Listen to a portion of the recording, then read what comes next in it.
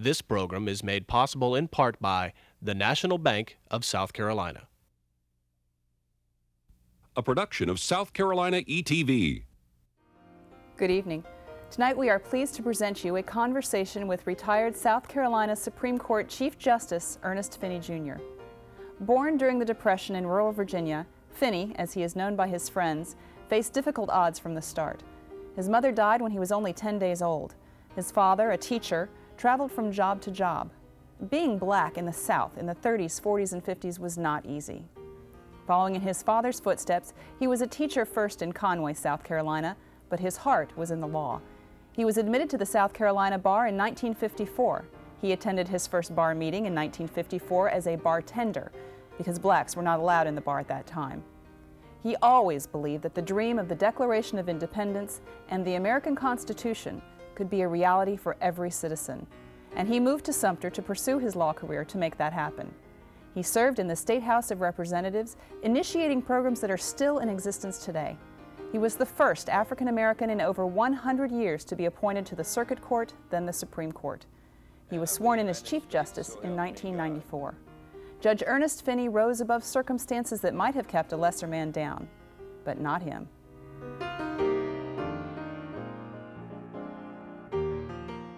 Judge Finney, you have been called a trailblazer in your judicial career. I would like to know your opinion on that. Well, I think that it's like most things, there's a bit of exaggeration in it. I have done the very best I could under sometimes difficult, but sometimes very pleasant circumstances. The fact that I happen to have been in a position where I got jobs or positions that no one else of my hue had ever had does not mean that I'm a trailblazer so much as it means that the people of goodwill of Sumter and South Carolina have joined together and made progress. My predecessor on the South Carolina Supreme Court was a man by the name of Jonathan Jasper Wright, who served in 1877 for a short period of time, 7 years I believe, but we knew nothing about Jonathan Jasper Wright except for the fact that he had served. Recently, the South Carolina Supreme Court Historical Society has rejuvenated the story of Jonathan Jasper Wright and tried to make it live and give some projections of the history that we have. Do you think, though, that because you were the first in so many instances, the first African American in over 100 years to be appointed to the court, first African American Chief Justice of the Supreme Court, in fact makes you a trailblazer in some regards because you're the first one to walk down that road? What do you want your legacy to be? Well, basically that I did what I could with the resources provided by the state of South Carolina to improve the criminal justice system and the civil justice system in the United States or in South Carolina. We had a system that was perhaps perceived differently than what it really is, and I hope that we've been able to make some contribution to broadening the perception of the court system and the judicial system. I want to take you back to the early days. Your mother died when you were just a wee infant, 10 days old. Your father was a teacher. You traveled extensively because of his jobs. How did that affect you as a child, and where do you think, when you look back, hindsight being 20/20, did that make you the person you are today? Oh, I think it definitely had some impact upon that. It made me more likely to be able to adjust to different environs. And you know, when you go to a new school and you're the son of the teacher, there's a special disability you suffer under because all of the others have got to try you, and I got tried a lot coming along. And so trials and tribulations were nothing new to me when I came to South Carolina or when I began my legal career. You have said that the time that you spent in Washington, D.C. as a youngster was very formative in you wanting to be a lawyer.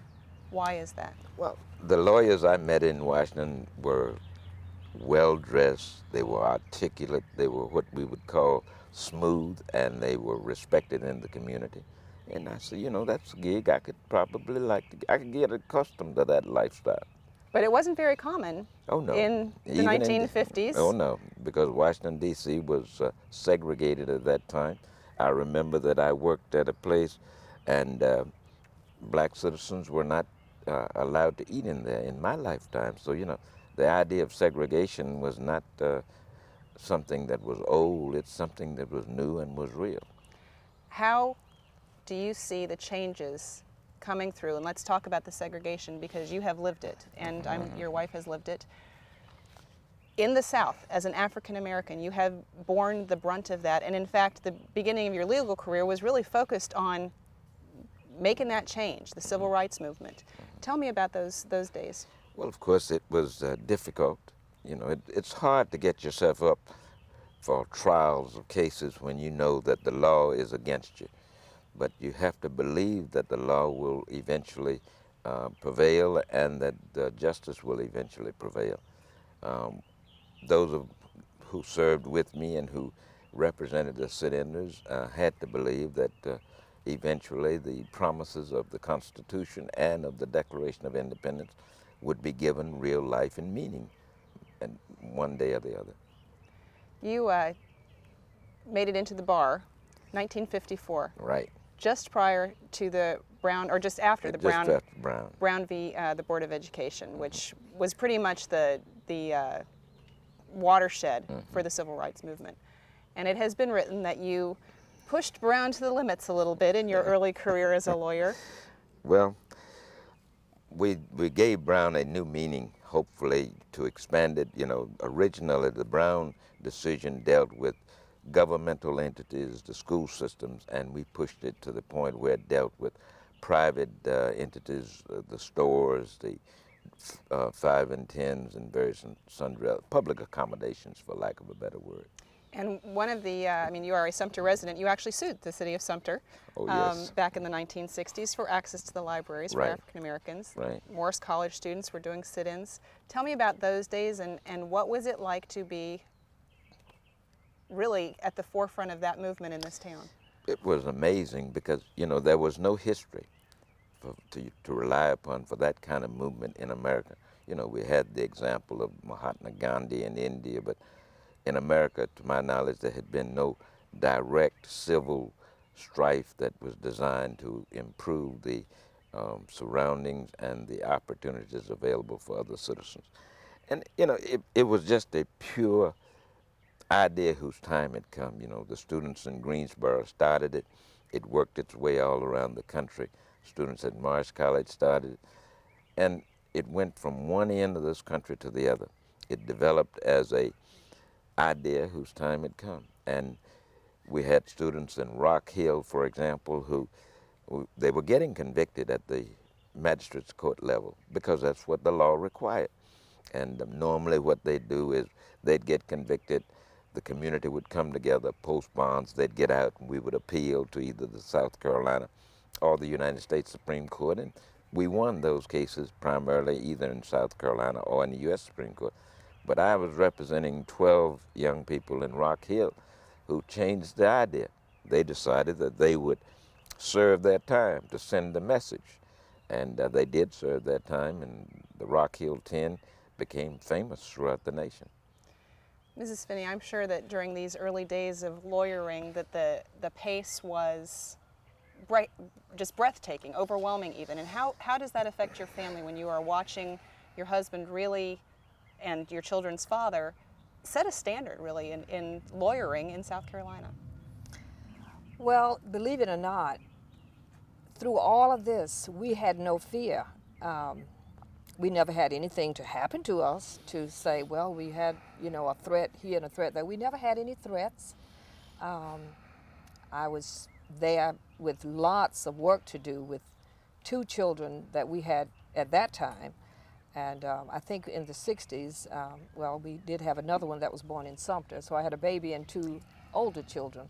And I was just busy. I never had any help. I did all of my work, all of the sewing, the cooking, the cleaning, the yard work. And I guess I didn't have time to have any fear, but again, there was no reason for me to have fear. We read about fear in other, you know, states, but we never had a lot of fear in Sumter anyway. Did you realize then, and I think sometimes you don't, when you're in the midst of controversy and change like that, you don't really see the impact until you look back on it. When you were living that, and I'll address this to both of you, did you realize that you were making change in history in this area? You go No. first. Well, yes, we realized that because what we were doing had never been done before, sure. And, but it was no big thing, you know. It's just that when the papers would come out and write all that had happened, we just tuck the papers away and say, one day we're going to put all this together. And looking back each year, we, you know, would smile and say, look what we did. But we always knew that we did it with a large group of people who were helping us. We couldn't do it by ourselves. And people believed in Finney. When he came to Sumter, it was like they were just waiting for him to come, for that leadership. And of course, Finney never had any fear. But of course, I think, yes, we did recognize that there were going to be changes. We did not recognize nor appreciate the depth of the changes. And we always had hoped that, you know, every time you had a victory, that this would be the end of it. But of course, that's never the case. It's always a struggle to try to implement whatever the changes are for the betterment of citizens throughout the state. But in some areas, we have been extremely successful. In other areas, we have been extremely unsuccessful. What would those areas be? Where do you, Which where do you one you see the want? failures? Well, where do The you see some of failures the are failures? that the progress that we were attempting to make and the ideas we were attempting to articulate were designed to improve the quality of life of the masses. And too often we have improved the quality of life for a few and not improved the quality of life for the masses in general. You actually had a chance to make some changes, and some big changes in the legislature. You were elected to office in 1972, had been running for a few years before that and not elected 3 times. Tell me about your proudest moments serving in the legislature. Well, I don't know if there was any one specific moment. I think the biggest surprise I had was when I got elected in 1972, the image of the legislature was that it was a body controlled by a group of kingmakers, the old leaders of the legislature. And I was advised that, you know, you're going to get assigned to the back row, you'll get assigned to committees that have no real input, and you won't have an opportunity to express your views. Because you were an African American, they thought this, or just because you were the new kid on the block? Because both. Okay. Because you were the new kid on the block and you had the added burden of being a black. On the other hand, I arrived in the legislature. My first committee assignment was to the House Judiciary Committee, and I found that if you were prepared and if you didn't pick fights all the time, you know, if you picked your issues you wanted to fight about, that they would listen to you. And that is one of the reasons why we formed what is now identified as the South Carolina Legislative Black Caucus, because I felt that it was important that we understood the rules and how the rules work, you know. Your nickname at the time was the Black Fox. I find that very intriguing, and I would like you to tell us the story behind Well, it. if you were a South Carolinian, you would understand that there was in the Senate of South Carolina at that time a man by the name of Senator Marion Gressett, who was from Calhoun, who was a master of the parliamentary procedure. And because of his mastery of that, he served as chairman of the Senate Judiciary Committee. And I think that being overly proud of what I was trying to do, some of my friends attached and he was known as the Gray Fox. And I think that just to try to show that I didn't know something about the rules, they called me the Black Fox, and you know, it stuck for a while. But it was simply an idea that, you know, if you understand the procedure. To give you an example, one year while I was in the legislature, a gentleman introduced a measure to reduce the budget of South Carolina State College by $500,000. Well, I was a graduate of South Carolina State, and that did not particularly appeal to me. So I made a series of amendments to the budget bill where we would have reduced the budget of every University of South Carolina branch by $50,000. So, and to get the $500,000 we needed for South Carolina State. And after the first one failed by 12 votes, I think the other side recognized that sooner or later this crazy might win one of these and reduce the university's budget. And lo and behold, they took a 5-minute recess, And he called me back into the office and said, "What do you want?" I said, "I just want the $500,000 back in South Carolina State." And we got it.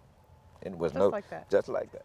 You know, it's the legislative process is very interesting and intriguing, and I enjoyed it tremendously.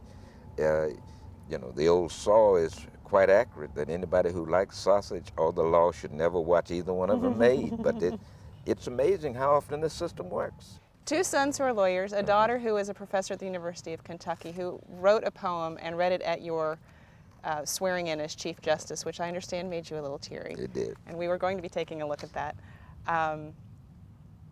What do you feel as parents, and I'll ask you first, Mrs. Finney, when you see the success that your children have achieved, and do you think it is because of the examples that you set to let them know that anything is possible?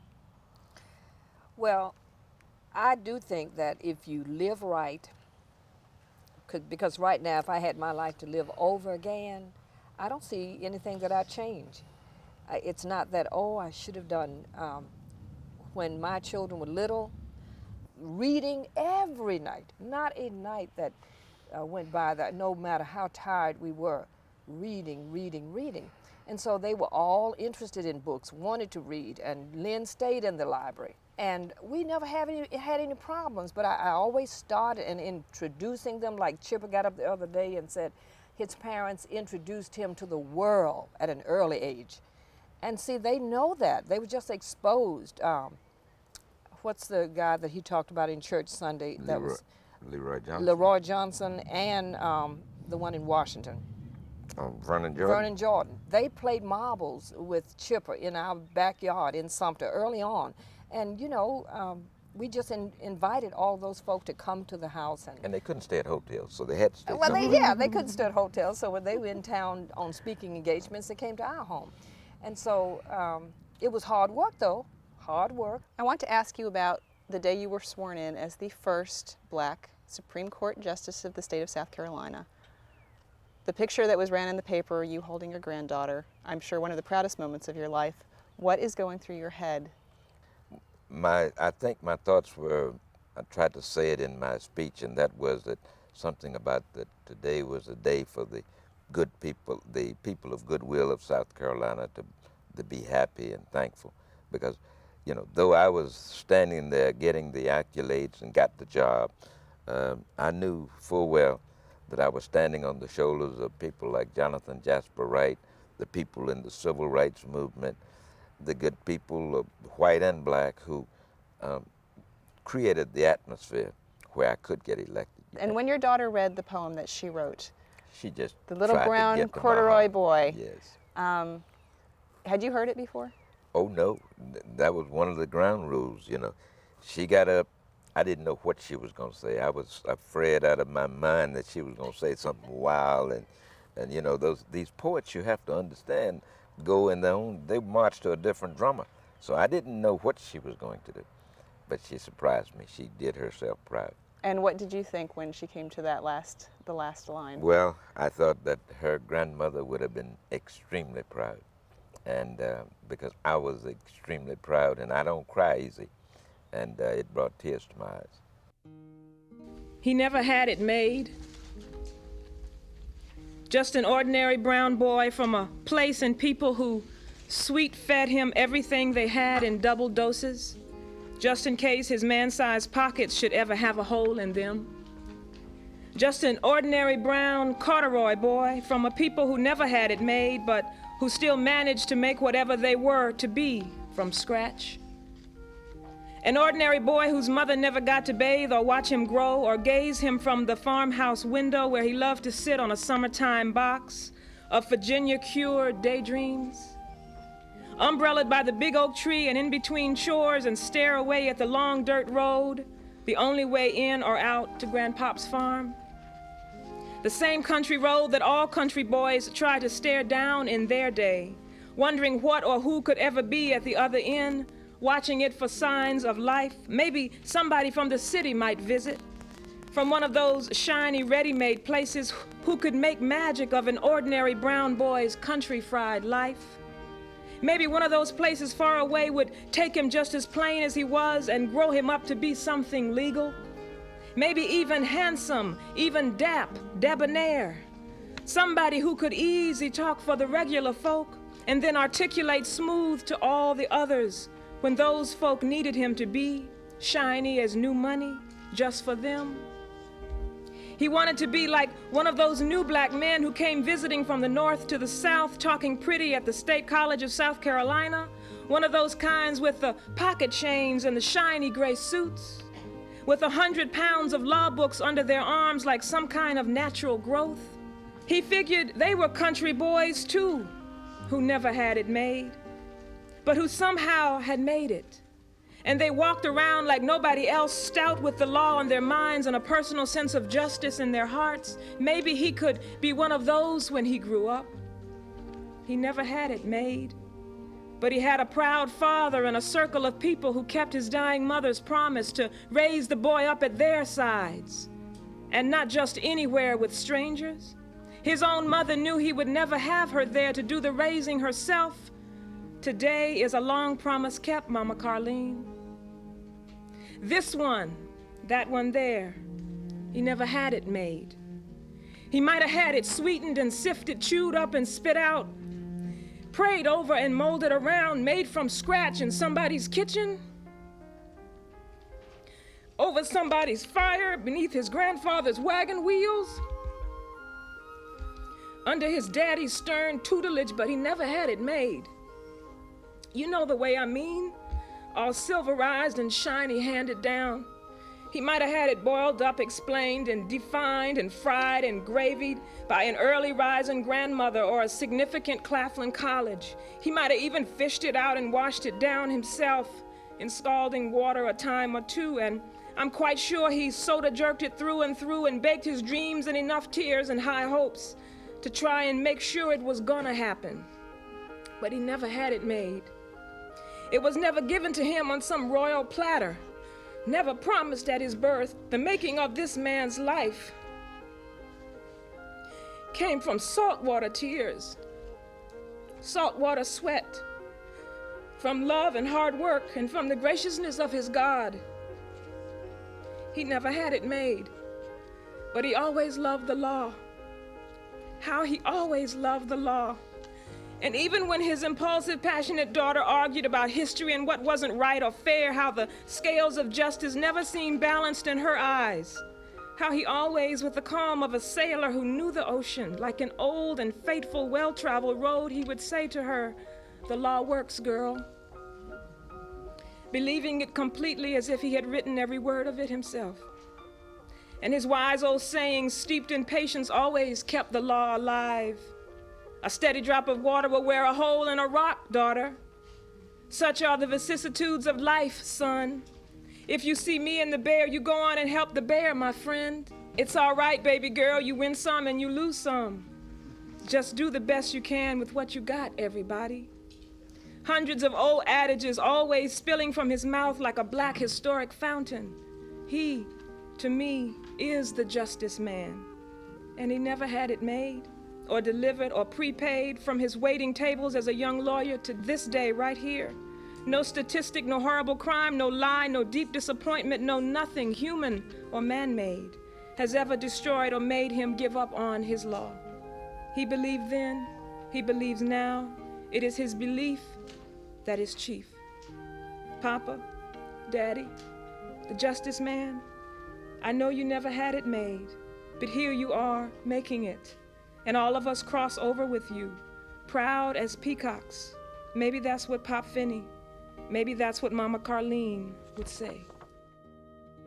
Your legacy on the Supreme Court, some of the research that I was reading said that you think that probably the most important case you've decided and that you wrote the opinion on was one last April about minimally adequate education. A year ago, yesterday or day before that opinion was announced. We have school districts in South Carolina where the funding level is totally out of proportion to other school districts. I would have liked, for the legislature to be addressing the question of a school district that does not have a tax base that would justify the kind of expenditures which other school districts have, that we would find a way to formulate a concept where all school districts get a minimum basic of support. I believe, and the decision I think says that every child in South Carolina should have a minimally adequate educational opportunity, the ability to get an education that will prepare them for the kinds of jobs that are going to be coming along in 2020 and this kind of thing. I see a circle then in your career. You started really as a teacher in Conway, had that backup plan there in case the lawyer thing didn't work out. Became a lawyer as Brown versus the Board of Education really opened the door for blacks in this country in terms of education. And to have your most important decision, you think, be based on minimally adequate education for children of South Carolina, it leads me to believe that your heart really is with the youth of the state. Absolutely. They're going to be in charge of the world when I'm senile, and I'd like to have an environment that would provide at least a reasonable degree of security and safety. The other thing you must remember is the more things change, the more they remain the same. I believe in youth.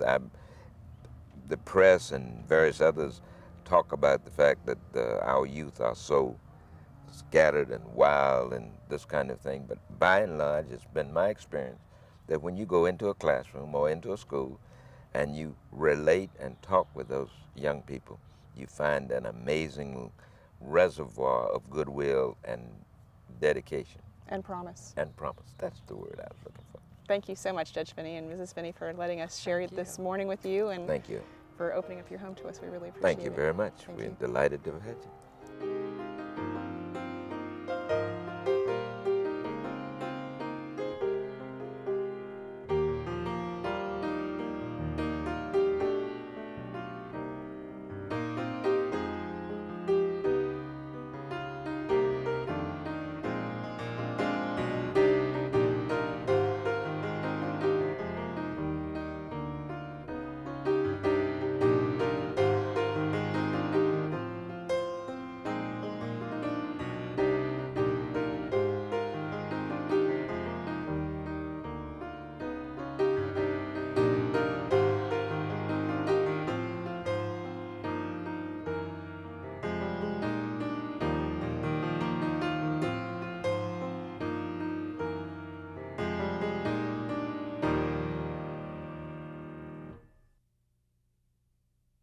This program is made possible in part by the National Bank of South Carolina.